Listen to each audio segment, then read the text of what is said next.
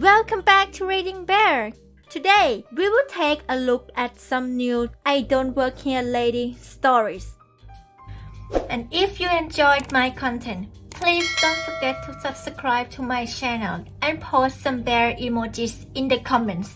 Let's go! The first story is titled, "No, my private number isn't the 24-hour helpline for a company I've never worked at. Even if you paid them extra to include it in your service agreement." About 20 years ago I got a new job.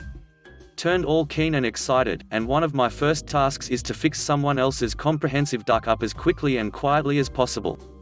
I seem to have made a career out of that. My new employer, hereafter known as XYZ Inc., made various kinds of industrial machines for different parts of a particular industry, and there's one sitting on the shop floor now that's almost finished but has a subsystem that just doesn't work. They've done plenty of machines with that feature before, but this one is different because the sales rep has managed to get the customer to pay tens of thousands extra for the option of X part having its own independent drive system instead of a mechanical one coupled to the rest of the machine. No real point in doing that, but the same is true for metallic paint on your car, and if the customer wants it, let them pay for it. XYZ Inc. have never actually built one of these things with a separate X drive before, so the guys who added it to the options list, we'll call them Clown and Clown's boss, Senior Clown, have spent the last 6 months sticking around trying to build one. There are now 2 weeks left before delivery and they've blown through the budget long ago. So I'm called into my new boss's office, along with the 2 clowns, and told that the single most important thing this week and next is to make it work. "We hired you knowing you're an expert in Y technology, true, so that should be fine." "Sure, I'll make it top priority and get right on it."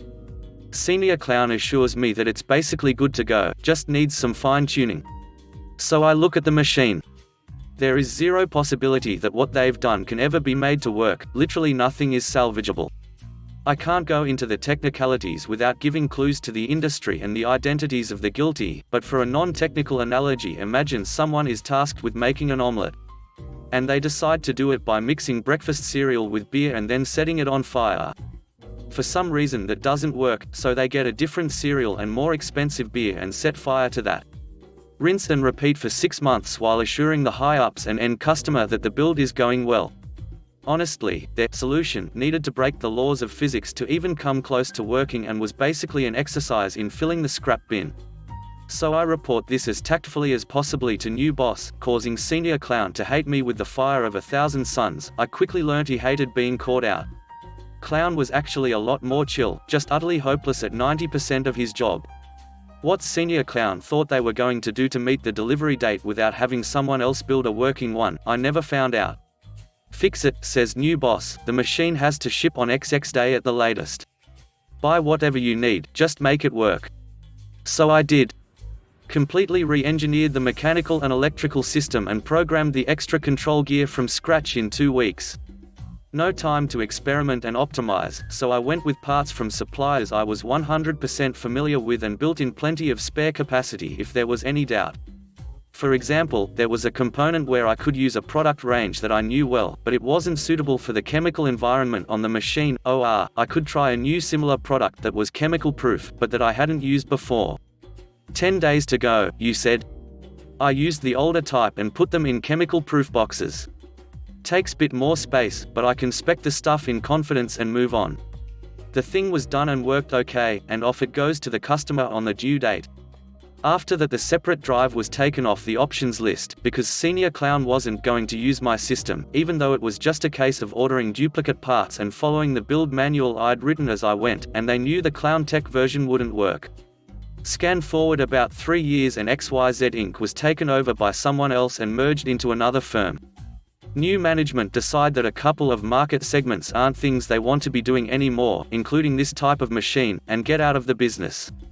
All this is above board, and the customers are kept informed. It all takes a year or so. In the general rearrangement, Clown gets a new job somewhere else, and Senior Clown takes a cushy early retirement deal. XYZ Inc. also used to service these machines at the customers' sites, something that was needed every 6 months or so. So they sold the rights to do this one of the sales reps who's also taking early retirement. Yes, the same one who originally sold this machine. Ex-sales rep gets all the documentation, parts at wholesale rate or free, and manpower help for the first 12 months or so. I understand he also took on Senior Clown as a consultant because he'd been in charge of building the things for all those years, but that was a deal between them. Life moves on another few years and I also leave XYZ Inc. I'm on reasonable terms, so I work 3 months' notice to hand over properly, and for a few months afterwards get the occasional email from ex-colleagues wanting to pick my brains. After that it's purely social stuff for big number birthdays or retirements, major drinking sessions or whatever. Something else I should mention is that for my entire time at XYZ Inc., I had 2 mobile phones. A work one paid for by XYZ Inc. that was used only for business and was given back when I left, and my own personal one which kept the same number before, during and after, and that never, ever, got used for business. HR had my private one listed in my file for emergencies or whatever, but that was it. About 5 years after I'd finally left XYZ Inc., I get a phone call at 7 AM on a Sunday morning. After a big night out with lots of beer, because how could it be any other way? The guy on the other end knows my name, and while very insistent is also 100% polite, so I let it play out while I wake up enough to understand what's happening. This bloke is the plant manager for the customer who bought that particular machine a dozen years ago, and he has a big problem. These machines have to run several hours every day unless they're being serviced, and then you need to plan round that well in advance, including subcontracting work to competitors if necessary, and it isn't working today because something has gone wrong and or worn out in the system I engineered. The system is fundamental to the machine, so it isn't running, staff are standing around, product can't be made, and they're losing a couple of thousand an hour. If it isn't running tomorrow, material will start going to waste and they'll be at risk of losing major contracts. Oh. Why are you telling me, and how did you get this number? Plant manager goes on to say that if I can't diagnose and fix it over the phone he needs me on a plane to him now. Again. Why are you telling me, and how did you get this number? Plant manager, I know you designed this system, and this is the number X sales rep gave me for tech support when you took over from XYZ Inc. So I explained that I don't work for X sales rep. I also don't work for XYZ Inc. anymore. I haven't been involved in the industry at all for half a decade. This is my private number and it's my day off from the unrelated job I have now. I don't owe anyone anything. Turns out ex-sales rep has been charging them a hefty annual fee for the right to ring my number if they have a problem. Guaranteed service, 24 hours a day, 52 weeks a year. Plant manager even has my private address on the service agreement he's signed. And while ex-sales rep has been pocketing the money all these years, probably the best part of a decade, the original system has continued to soldier on with basically no maintenance until something went kaput today. Plant manager is simultaneously horrified, bust a blood vessel angry and hideously embarrassed at being taken in by ex-sales rep. Going from memory, I tell him how to check various standard things that might have gone wrong, and what I can remember of the error codes, but I don't have the documentation, the program, the service tools, etc. Oh, and this is 100% not my problem. He takes all this with surprisingly good grace, apologizes and rings off. First thing Monday morning, I ring XYZ Inc. I've kept in touch enough to know that new boss has since been promoted to managing director. So I ask to speak to new boss. No, I don't care if new boss is busy. Yes, this is a matter that requires their immediate personal attention. Yes, I did used to work for you. Of course I'll hold. New boss is surprised to hear from me, and even more surprised when I tell them who rang me on Sunday morning. Since ex-sales rep never had my private number, let alone anything like my address, even new boss didn't any reason to know that. Both new boss and I are pretty convinced that ex-sales rep must have got it from my HR file somehow. More than embarrassing for XYZ Inc., this is the kind of confidentiality breach that can result in criminal charges, as well as being straight-up fraud and a very clear violation of the terms ex-sales rep got that business from them on. And not a good advertisement to any customers in the industry that XYZ Inc. still do other types of work for. New boss promises to investigate and get back to me. About a day later I got a written apology from XYZ Inc. New boss has personally investigated, including speaking to ex-sales rep, and while they're not telling me what they found out or accepting liability, I can rest assured that this will absolutely never happen again. It didn't, and next time I saw some of my ex-colleagues in the pub, all their gossip was about a particular long-time employee who'd suddenly decided one Monday lunchtime that they needed to resign immediately and clear their desk the same day, losing all their redundancy entitlement in the process, probably worth 9 months' salary. And yes, that employee would have had access to the HR files. I never bothered to dig deep and get the gory details, but I understand that ex-sales rep wound up on the receiving end of some large bills for consequential loss from plant manager, sell your house in hurry-sized bills, as the more palatable alternative to being sued for fraud. And then still had to close his business because that kind of news spreads really fast for some reason, and people stop trusting you to service their machines. TLDR, ex-colleague sells my private contact details to his customer claiming I run 24 hours service line for him. Doesn't get found out until I get a call years after leaving the industry. Nobody gets 24 hours service, and the crook loses their house. Edit. A lot of people have asked why I didn't bill ex-sales rep for the contract. When I found out about it, OR charged the end customer a fistful of cash to go and fix the machine. OR just sue somebody. Anybody. A lot of other commenters have covered at least some of that ground in various places, but I thought I'd put my reasons here. The existing deal, I wanted nothing to do with this. It was straight up fraud. I didn't want to even appear to do anything that might look as though I had any part in it. I don't know exactly what service was offered, paid for, how long this had been going on, or how much was being paid, except that it totaled thousands. I didn't have ex-sales rep's number and I didn't want it. If things hadn't gone well with XYZ Inc. and I needed to somehow defend myself, I did of course have plant manager's number because he rang me. Gouging the end customer to fix their machine, I haven't seen this thing in over a decade. I don't know what has been done to it, or why it has broken. I don't have any documentation whatsoever. When I originally did this I was an employee, not a contractor, and documentation belonged to XYZ Inc. who are my ex-employer. It's theirs to do with as they wish, including destroy or sell it. I don't even know if it is fixable. Legal action. I had no grounds for complaint against the end customer. They were the victim of fraud. I did have a decent case with them, again ex-sales rep, for misrepresentation, fraud, potential damage to my professional reputation, etc., etc. But you're talking about a case I'd have to fund in another jurisdiction against a party who A. probably spent most of the money long ago, B. has already lied big time and will probably keep doing it, and C. is about to get their ass sued out from under them. I probably also had a case against XYZ Inc. for negligence or similar in securing my personal data. Effectively they were innocent but potentially liable anyway. But they've been immediately helpful and then spent senior management time on my behalf squashing this flat with hobnail boots. It was absolutely not in my interest to get my only allies' backs up with a speculative lawsuit. The next story is titled, There Was a Fire. I'm a fire investigator for insurance companies. I was working a fire in an auto body shop in the middle of nowhere. I spend most of my days alone working, and this one was no different. I'd been there 4 or 5 hours at this point, and I was digging through some debris looking for an alligator clamp to a battery charger under what was left of this car they'd left to charge overnight. The fire happened in the middle of the night, so the fire department had cut through the overhead doors in order to get inside, and since it was much easier to just take off the plywood they used to cover the hole in the door and climb through, that's what I did. The inside was coated with smoke and 3 cars had essentially completely burned. So I'm kneeling on the ground with a shovel in my hand covered in ash when I hear a voice say, "Hello, is anyone there?" Which scared the ever-loving crap out of me.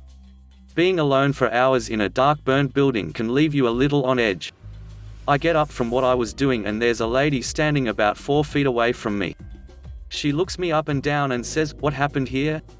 I kinda glanced around and said, there was a fire." She said, "Oh, that sucks." Then tossed me her keys and said, "I need an oil change and a tire rotation." I told her that I didn't work here, that I was the fire investigator, and that the place wouldn't be open for a while since, they'd had a massive ducking fire she had to climb through a cut-open overhead door to get into. She then asked me, "Well, when will you guys be open? You can just do it then." I again told her I didn't work there, I was the fire investigator, and she'd have to come back later when the actual owners of the place were there and it wasn't just me by myself. Mind you, I'm wearing a fire helmet, fire boots, and latex gloves. And it wasn't like this was a small fire. This place was cooked. I handed her back her keys and she just kinda gave me a weird look and said, "Oh okay," then climbed back through the cut-open overhead door. It was one of the weirdest moments I've ever had on a scene. The next story is titled, "I Don't Work Here, and I Definitely Don't Work for You." So I moved into a new house recently, which required me to buy a new bed and, subsequently, new sheets. That's the background. All of it. Stop reading the preface. Go on to the story. So I was looking for sheets inside Stein Mart, because that's where I figured might have some of those. I was wearing my BNHA t-shirt, headphones, and torn jeans. As I'm looking, an older lady, comes up to me. Hey, where can I find rolling pins? Me, taking out a headphone, excuse me? I need a rolling pin, and you really shouldn't be wearing those at work. Me, I agree with you. The only problem being, I'm not at work. Well could you at least find me someone who works here? Me, now quite annoyed, no? I'm just looking for sheets. Then you should have time to help me. Me, I said no, you should respect that. After that, I put my headphones back in and tuned everything out. She stayed there for a couple more minutes and snapped a couple times. It was annoying more than anything. The next story is titled, "I'm an adult consulting with you, not a child working for you." This was a couple years ago. I work for an engineering consulting company, and most of our clients are operational mines. My job sometimes involves visiting mines and collecting data or giving the clients recommendations. Another important thing to know is I look very young. People often assume I'm 5 to 10 years younger than I am, and for some reason wearing a hard hat and safety glasses makes me look even younger. Also, my hard hat and safety vest have my company's name printed on them. When I was 26, I went on a site visit to a mine. I arrived, went through safety inductions, tied in with my contact, and started doing my job. There was a college intern working at the mine, and his behavior around me the first day was super weird. He accidentally took my radio, he accidentally put on the child lock on the door of the car I was riding in, he accidentally moved my work stuff from one area to another. At one point he asked me if I wanted to be an engineer, which was confusing, considering I was, at that very moment, working as an engineer at this property. I said something like, well I'm really liking it so far, so yeah, I think I'll stick with it. Later on that day, one of the HR ladies saw me talking to my contact and said something along the lines of, "Oh, a new baby is here. Stop by my office for your paperwork." I'm obviously very confused and just awkwardly stand there. Suddenly my contact realizes what's going on and starts laughing and explains. Apparently the day I arrived was the day some high school interns were also arriving. HR assumed I was one of the interns, and the college intern thought he was hazing a high schooler by messing with me. That was my least favorite job site for a myriad of reasons, but at least I got some laughs out of it. The next story is titled, "My Wife's Going into Labor, Good Luck with That." Hangs up. So this isn't exactly my story, it's my boss's, but I was there the whole time it was happening. I work at a small pizza place in a small town in Australia as a casual worker.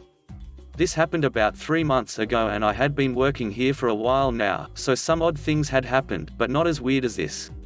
This particular night everything was normal, but I'll skip the details. Working in-store there's me, a few other people and the boss on shift. The phone rings, we assume for someone to order, and everyone but boss is busy, cutting pizzas, making pizzas, etc. The boss goes over and answers the phone. The shop is small so you can normally overhear the person on the phone.